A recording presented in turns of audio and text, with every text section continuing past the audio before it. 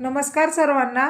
काल मी डोंगराळा इथल्या चिमुरडीच्या बलात्काराचा जो व्हिडिओ बनवलेला होता तर त्यावर एका ताईंची अशी कमेंट आलेली आहे की जे कोणी आरोपी असतात ना तर त्यांना ते ज्या समाजातनं आहेत ना तर त्यांची जात आणि त्यांचा समाज त्यांना पाठीशी घालतो, त्यामुळे हे प्रकरण वाढत चाललेले आहे। खरंच असेल ना तर मला खरंच आपल्या संपूर्ण समाजाचं, जात कुठलीही असू दे, पण आपण माणूस म्हणून ज्या समाजात जगतोय ना त्या समाजाची खरंच लाज वाटते। कारण की आज आपण 21व्या शतकामध्ये सुद्धा तो व्यक्ती किती क्रूर वागतोय हे विचार करण्यापेक्षा तो कुठल्या जातीचा आहे आणि तो जर माझ्या जातीचा आहे म्हणून मी त्याला पाठीशी घालावं, हे विचार, ही मानसिकता आपल्याकडे असेल तर हे आपण विसरायला नको की आज जे त्याने दुसऱ्याच्या लेकीसोबत केले उद्या तो आपल्याच जातीतल्या मुलीसोबत हे वागणार नाही, असं आहे का?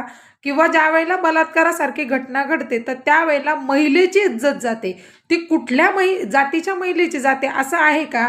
नाही। कारण की सर्व जातींमध्ये जात कुठली असू द्या तुम्ही, महिलांना जी इज्जत आहे ना ती काचीच्या भांड्यासारखी असते। अहो, जीव गेला की तो सगळ्यांचा जातो, सारखाच जातो। जात बघून जीव जातोय का की नाही नाही अमुक जातीचा आहे तर कमी गेला आणि ठमुक जातीचा आहे म्हणून जास्त जीव गेला? नाही ना। किंवा एखाद्या जातीच्या महिलेला ठीक आहे, रेप झाला, काय हरकत नाही, तिची रेप झाला तर झाला, तिला काय इज्जतच नव्हती, आणि एका जातीचं नाही ना खूप गेली।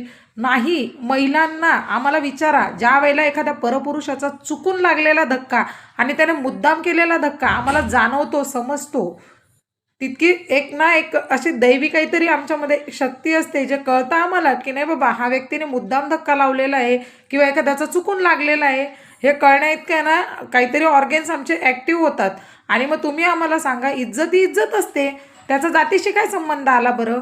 मग का कुठल्या जातीला कोणी अधिकार दिलेला आहे किंवा कुठल्या समाजाला अधिकार दिलेला आहे की तुम्ही आरोपीला पाठीशी घालाल?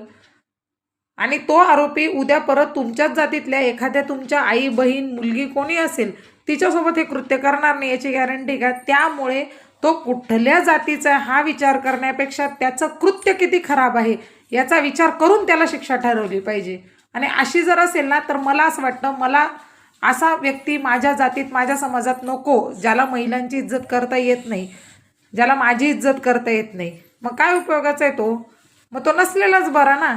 आणि ह्या गोष्टीसाठी तो पाठिंबा देण्यापेक्षा ना उलट त्याचा विरोध केला पाहिजे। हे बाबा, तू आज हे त्या मुलीसोबत करू शकतो तर तू उद्या आपल्या समाजातल्या मुलीसोबतही करू शकतो, त्यामुळे तुझं आपल्या जातीत राहायचं कारण नाही। त्याला जर कधी समाजाने पाठिंबा देण्याच्या ऐवजी ना बहिष्कृत केलं पाहिजे, त्याचा विरोध केला पाहिजे।